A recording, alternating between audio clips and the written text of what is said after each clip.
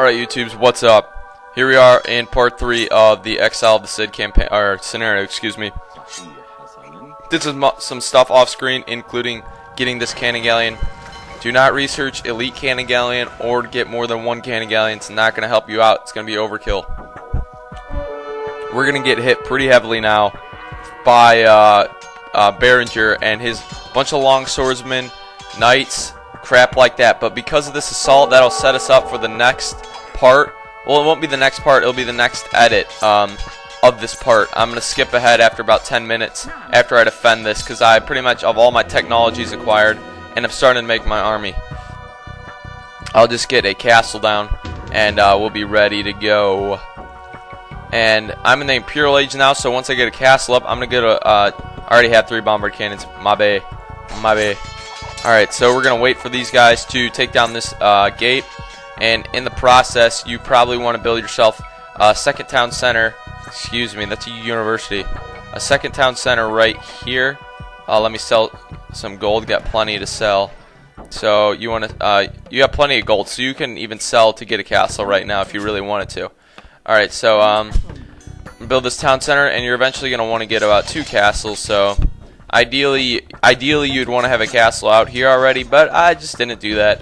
So we can garrison up these villagers and these villagers once they breach the walls here. And let's see if we can draw some of this attention to our town center and get some of these knights and crap killed. Alright, so put them in, and we'll just run around with El Cid, try to get this knight killed and pikemen, things like that. And be a little bit quicker than the Burgundy's units, so I keep El Cid alive. Run around, merry-go-round. Ring around the rosy, pocket full of posers, Burgundy. Ashes, ashes, we all fall down. Alright, so we're just going to kill them up. Spanish archers, Spanish knights, not the most powerful units in the game. And El Cid is working it. And it looks like they have another assault force over there, but that has battering towers and things like that. You want to monitor their progress because they have battering rams, and you want to be able to get a couple of your units, maybe a heavy camel or 2, out to those units if they breach the walls. So obviously the knights are not going down easy. Not at all. There we go. Alright, it looks like, have they breached? Yes, they have. They're coming in one by one, though, so that's good news for us. And I guess you could produce some monks right now as well to heal up El Cid, but they're most likely going to be targeted by Baringer right now. So, and this is going to be like 7 more minutes, and then I'm going to build a castle up where I want to show you to build a castle. I want to build a mining camp where I build a mining camp, and then I'm going to skip ahead to the assault because there's nothing else to do other than getting spies and spies, and I'll show you getting spies so you can see what's going on elsewhere. And I'm also going to get that cannon galleon working on that castle as well, but I can't do that obviously right now. I'm a little busy if you can't tell. Run around. Beringer's pretty relentless right now, but because of this is all they have is their attack force, and they will be depleted by the time that you are ready to assault them, which is a great thing for us a little bit later on. So now they got their monks coming through, they got all their units. Ring the town bell. Don't be stagnant. Don't be slow. Don't be a monk. Everybody hates monks. What are you trying to convert? Oh, blacksmith. Heck no. Please don't do that. I'd be very upset if you tried to convert my university too. Aight. Go ahead. I couldn't care less. Honest with you. Alright, go for the knights. Go for the knights. No one wants to see you go for the battering rams because we know you cannot take down the battering ram. And that's why we have 2 town centers, people. That's why we have 2 town centers. And ideally, you want to build that castle right by that gate that I said you should have earlier. So I'm just going to go take it head on. They're done. Now take this monk out. He's going for the mining camp. God forbid he goes for the mining camp. Okay, so they're done now. Send them back to work. No, there is a long swordsman still on the run. Still out loose. And hopefully we can salvage this town center. Alright, beautiful. Okay, so now with these guys, you want to rush over here, and you want to build up a wall of your own. stretching from Burgundy's walls out here, and that will give you room to put down a mining camp in there. And where is my elite cannon galleon? All right, or my cannon galleon. Excuse me. Don't get elite cannon galleons, or I'll be very upset with you. So they got garrison units inside here, so I'm gonna get this monk out here and ready to take down this garrison, the units inside. And hopefully we're not going to attract any foes, so we're good. And I'm going to build a gate stretching about right there will be good. So I can just build a little stretch of stone right there to get in the way. And obviously you want to get fortified walls at some point as well if you want to be a little bit more confident. And you know what, screw this, I'm just going to kill this longswordsman. I don't really care about you monks. I'm sorry, I don't. I want my missionaries back. Boom. Okay. How'd you get in here? Oh, piece of crap. Alright. Alright, I gotta build these walls up again, apparently. That's a pain. That is a big pain. And she can still get through, you imbeciles. Alright, let's plop down a mining camp. And I'm gonna sell... you can die. I'd be perfectly fine with that as long as you don't... I was a little afraid for a second that they were going to convert the monastery to get that last relic, get a relic victory. I'm not quite sure if that's possible in this scenario or not, though. So we're going to send them out, and with this person, destroy any your banged up walls because it takes forever to repair a wall. I don't know why. You'd think it would take maybe less than a palisade, but it doesn't. And so they're still working on Zaragoza, but the nice thing is you still got to go through here if you want to get inside. So we're going to kill this longswordsman. Alright, so we can build up our own walls again. So get that down, and I'm going to sell some to get a castle, because the only need I have for stone anymore is to build 2 castles, and I have plenty of gold to do that. And I have plenty of gold saved up for my Mameluke raid that I need to get assembled, and my trebuchets as well. Kill you, and a little bit longer, and I'm going to skip ahead to the assault.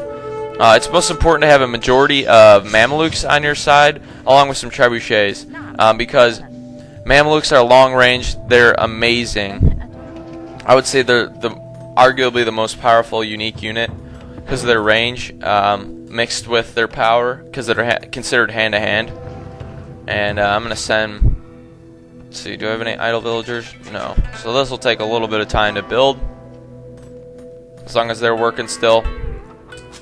I guess I could bring you off of your duties over here as a farmer and become a builder. So you drop off the food first. And obviously I don't have treadmill crane. I don't have university because the monks came in and wrecked the party. But you'll see once we get spies. Are you really going to try to attack a cannon galleon? That's funny that the guy's like running away from him too. He's a cannon galleon with a brain. I've never seen that before. It's like a shark with a brain. No, I haven't seen it. You'd be lying to me if you were saying it was true. So you can pretty much ignore the rest of these units. Just wait for all your Mamelukes, because you only have 75 in terms of a population limit. So you're going to have to save it for some power, which includes Mamelukes. Definitely includes Mamelukes. So with this castle up, I'm going to get spies really quick because it's only 4,000 gold in this scenario. And I will see you guys a little bit after I cut away, and we'll be going into with the assault against Baringer and ending this scenario. So thanks for watching this part-ish. I'm going to get these upgrades and stuff like this, and I'll see you guys a little bit later ready to take down Baringer. And you can see his base right now.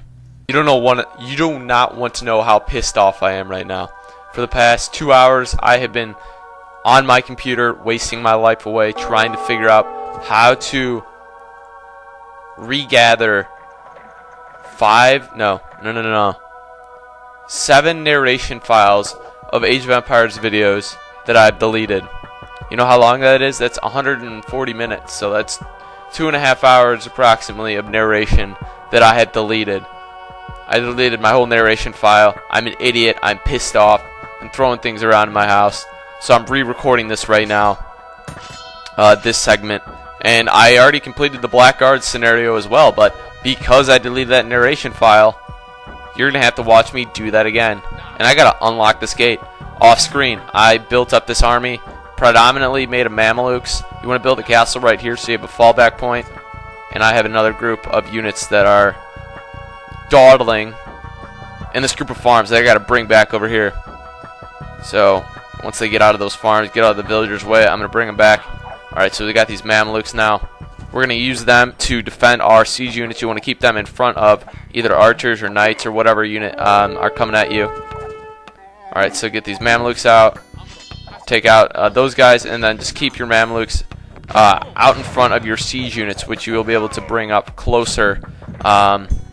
Ideally, you want to have these Mamalukes out a little bit further so you can take care of enemy knights and villagers at the same time.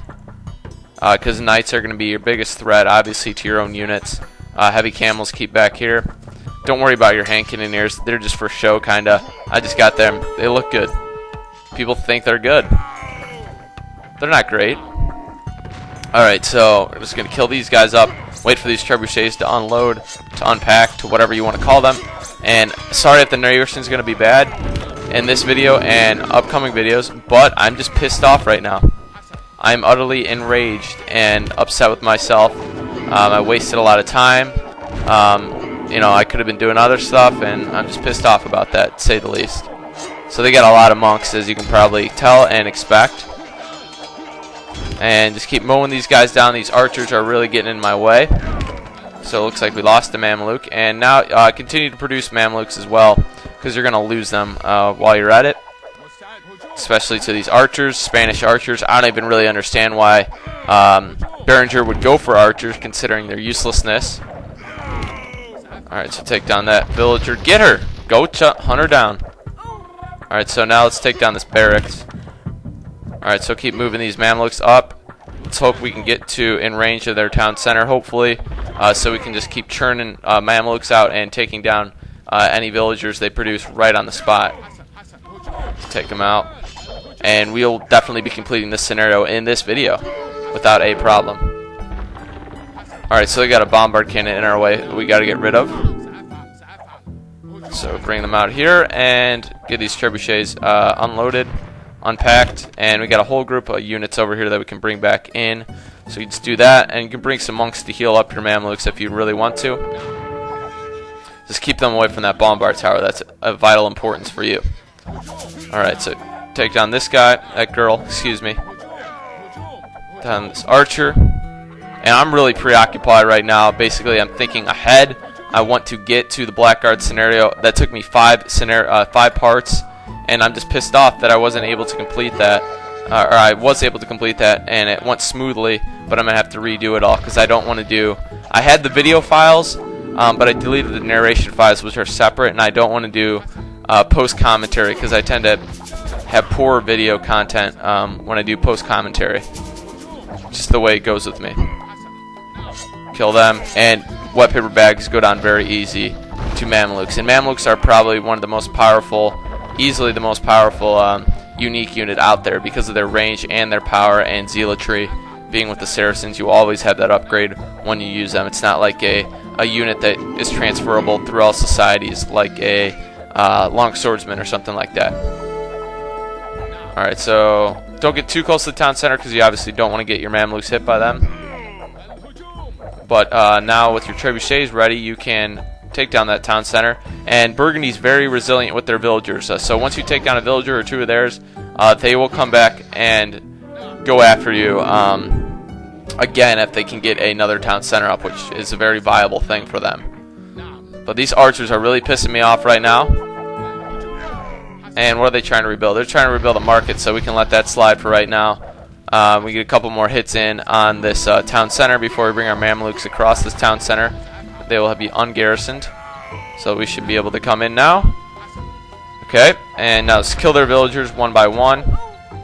Don't let them escape, so cut them off if you can. They're pretty quick.